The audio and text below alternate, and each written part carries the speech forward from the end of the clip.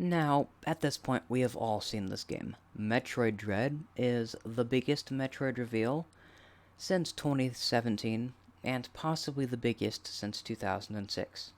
Many new people would come to identify as a Metroid fan after playing the Metroid games because of the hype they saw from Metroid Dread. It has quickly become the most pre-ordered game of the year, and this brings high hopes for the Metroid series. Good sales often means more games. But I'm not here to talk about Dread or possible future games. No, I'm here to look at the older ones. Rather, I'm looking at the original trilogy plus Fusion. Metroid 1, 2, Super, and Fusion. So, in this episode, I will be looking at Metroid for the Nintendo Entertainment System. Without further ado, let's roll out that intro and start this retrospective.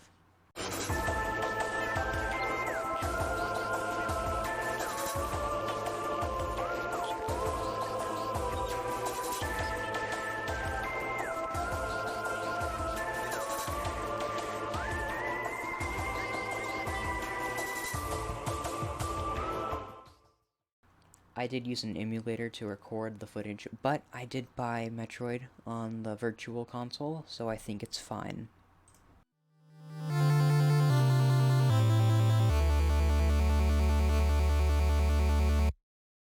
Now, immediately after starting, you will see that Metroid is already breaking the mold. It's already breaking what came before it.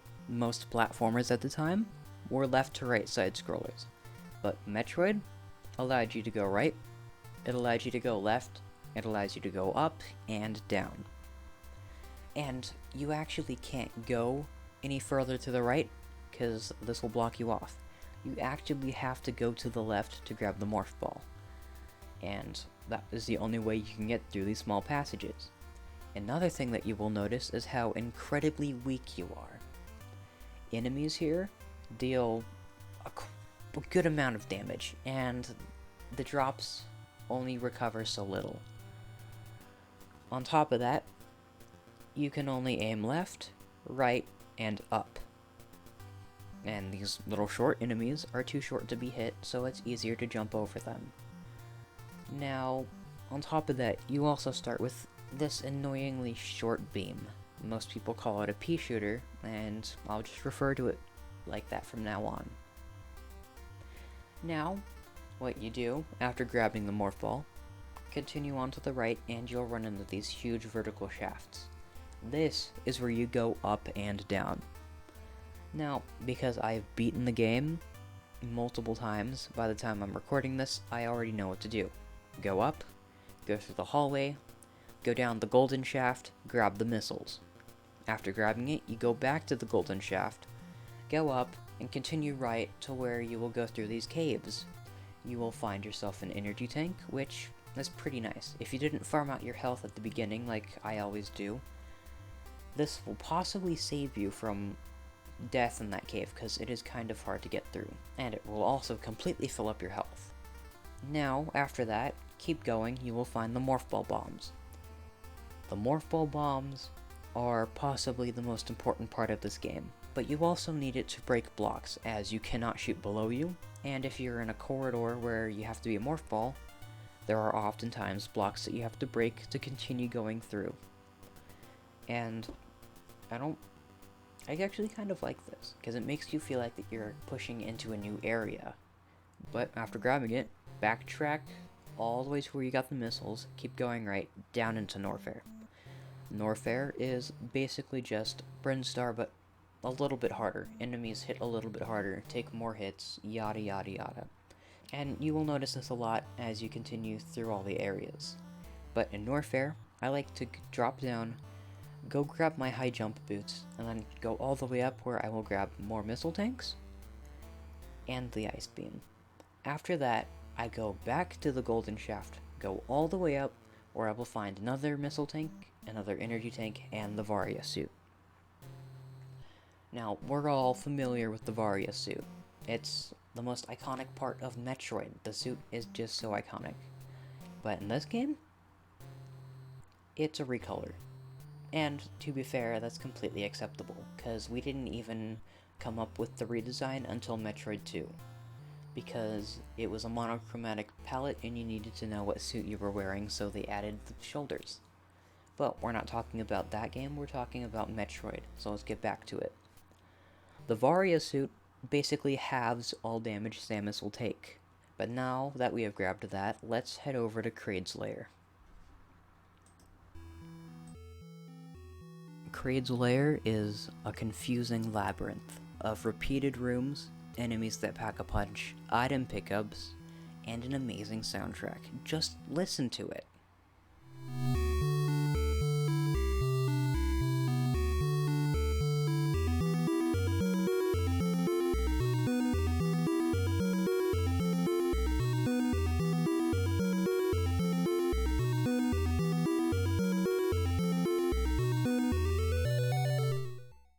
It contrasts amazingly well with the upbeat melody of the Brinstar Caves. Something about it is just different. It's just perfect for some reason. It's like you're pushing into a new area where enemies deal 20 damage if you don't have the Varia suit, but 10 if you do, and that's still a lot considering most of them still drop only 5 health. So, let's get on to a major problem with this area. The game design. It falls flat on its face with all of the repeating rooms. You find the same room design over and over and over again. It's annoying, but that's only if you're getting the upgrades there. You can just go straight to Kraid and the rooms don't look the same at all. In fact, go down to this door, go through this hallway, fall down through a fake acid pit, through another hallway where you bomb the floor and fall through, and then you end up in this room. Something about this room just foreshadows what you're about to fight. You know Kraid is through that missile door, because you've never seen these spikes before in the game. It looks like a face, and this enemy spawner allows you to refill your health and missiles. Heading through the door, your suspicions are confirmed. Kraid is right there and you're ready to fight him. Most people defeat him by spamming morph ball bombs, but I personally get close and personal with him and then fill him with missiles. Defeating Kraid will grant you 75 missiles, where both mini-bosses actually drop 75 missiles. And you're going to need them for the final stretch of the game. But defeating Kraid leads to my least favorite part of this entire game. The backtrack from Kraid to Norfair. Now, leaving Kraid's room, you find this room, go through it, whatever, it's fine. But it's this corridor I have a problem with. They couldn't have just put platforms there like they did in Brinstar and Norfair. No. They have to have this huge column of breakable blocks for you to navigate up. Because you break them and they will come back. That allows you to go up. If you miscalculate this, they will come back on you, damage you, and the knockback will throw you out, restarting everything that you've done. I have so much trouble with this. This is where most of my playtime came from. It's just annoying. But other than that, I do not mind the backtrack. Backtracking is necessary in Metroid games. It shows a sense of progression at how far you have become. I was just outstanded by how strong I have become, where before I was killing every enemy and trying to skillfully not get hit. I wasn't getting hit at all. I was so powerful, I could just freeze enemies and walk right past them going to Norfair. And finally arriving in Norfair, enemies still did so little damage to me. And remember, you don't go to Norfair until after beating Kraid, or I didn't until after beating him. So I had the Varia suit, and they still did 5 damage, so it's nothing. But this is also where you can do one of two things. You can go straight to Ridley like I did in my first 2 playthroughs, or you can go to the high jump room, where if you bomb the floor, you can get to another area of Norfair that I call Green Norfair. Now this, I had no idea even existed. This is where you will find the Screw Attack and Wave Beam. The screw attack basically just makes you invincible while you somersault, and you do damage to enemies. It's a one-hit kill on pretty much all enemies. The wave beam replaces your ice beam, which is fine because it does twice the amount of damage and allows you to hit the short enemies on the floor. After that, you backtrack through high jump, drop down, and head to Ridley's lair. Whereas Ridley's lair had a nice soundtrack and was large and confusing, Ridley's, I find, is a nice contrast to that. You can go directly to Ridley, and it doesn't even take that much time. The music is unsettling and weird, and I don't like it. The enemies do even more damage. Without the Varia suit, you will take 30 damage per hit. And there's so many of them, and there's so many lava pits, that you're probably gonna have a hard time navigating it without the Varia suit. The rooms are not repeated that much here, from what I've seen. Actually, I take that back, they are, but we will ignore that for now. Anyways, you get to Ridley, and I just do the same thing that I did to Kraid, fill them up with missiles. If you grab the long beam, and I didn't because I forgot to, you can stand below him, and just shoot him from below. And it doesn't matter how much damage you take here, as the blast door leads to an energy tank, and that will refill your energy. And now, you get into the final backtrack of the game, through Ridley's lair, back through Norfair, and you go up through Brinstar. But I recommend making a small detour back into these original caves where you can find the ice beam again, because you're about to go to Taurian where Mother Brain and the Metroids are hiding.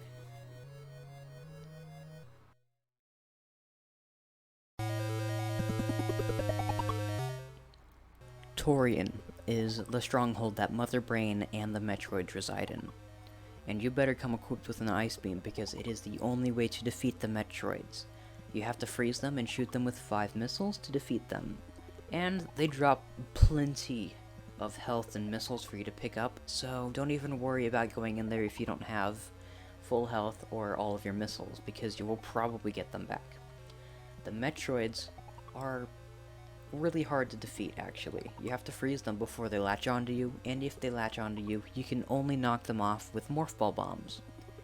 But the problem comes when more than one latches onto you. You can't shoot to freeze them coming at you, and if you knock one off because you can't freeze it, it'll come right back to you before you can knock the other one off, and it's just honestly easier to leave the room and come back through. Which is frustrating, but it's fine, because I can grind that health back, and that's what I had to do before going into Mother Brain's room. Mother Brain's room is the most annoying part of the entire game because it's stressful and hard. There are turrets constantly shooting at you, stupid little orange Cheerios chasing you that do damage, and you have to shoot these pipe things that will regenerate if you don't shoot them. And by the way, you have to shoot them with missiles, so that's kind of annoying. But after you clear all of it, you finally confront Mother Brain herself, and because of everything going on, it's kind of hard, believe me. But after you finally defeat Mother Brain, you run into a Metroid trope, an escape sequence. This has happened in this game, Super Metroid, Zero Mission, Fusion, and even the fan remake of Metroid 2 AM2R. In this sequence, you have to skillfully navigate your way up a tunnel before the time runs out, and you've got roughly 100 seconds, so you've got enough time. And after you get to the top, you leave on an elevator and the game ends there. This is another thing that Metroid does that nobody was expecting. Depending on the amount of time it took you to beat the game, the more of Samus's armor will come off. Beating it in more than 5 hours, no armor comes off. 2 to 5 hours is supposed to be like, no, it's 3 to 5 hours she takes her helmet off. And I guess some people didn't know that she was a girl at that point, because as the Geek Critique pointed out in his retrospective, a lot of people in the 80s had long hair. So that could have been a man, according to him. But, you know, I'm not used to seeing men with long hair, so I knew it was a girl. And In this playthrough, I beat it in 1.5 hours. My fastest time that I've beaten it in, and that fully reveals that Samus is a girl. Like, there's no way you can deny that Samus is not a girl. Of course, whenever I first played it, I beat it in more than 5 hours, and at that point, I already knew Samus was a girl, so it wasn't a huge surprise. But back in the NES era of gaming, that must have been the most well-kept secret, because even the instruction manual refers to Samus as a he, hiding Samus's gender, which I find is pretty awesome. I can't think of another game in that era where you play as a female, so hats off to R&D1 for doing that. My final thoughts on Metroid is, it's a fun game. There are frustrating things about it, including the repeating rooms and all of that. But keep in mind, R&D1 had 9 months to make this entire game, and they did a really good job at it. I have enjoyed every playthrough I have done of it, no matter how frustrated I got. The music is amazing. The entire time I played it, I felt like I was alone and pushing deeper into a fortress and deeper into an alien world, and I just had a blast every time I played it. I think every Metroid fan should play it, and at least try it to appreciate where Metroid came from. I hope y'all really enjoyed. This is the first time I've tried anything like this, and I've had to retake these clips at least 35 times. My throat hurts, and it's 3 in the morning. So if you enjoyed it, please consider leaving a like and sharing it with people who you think might enjoy it. With that said, I hope y'all have a splendid day, and I will see you in the next one. Bye-bye.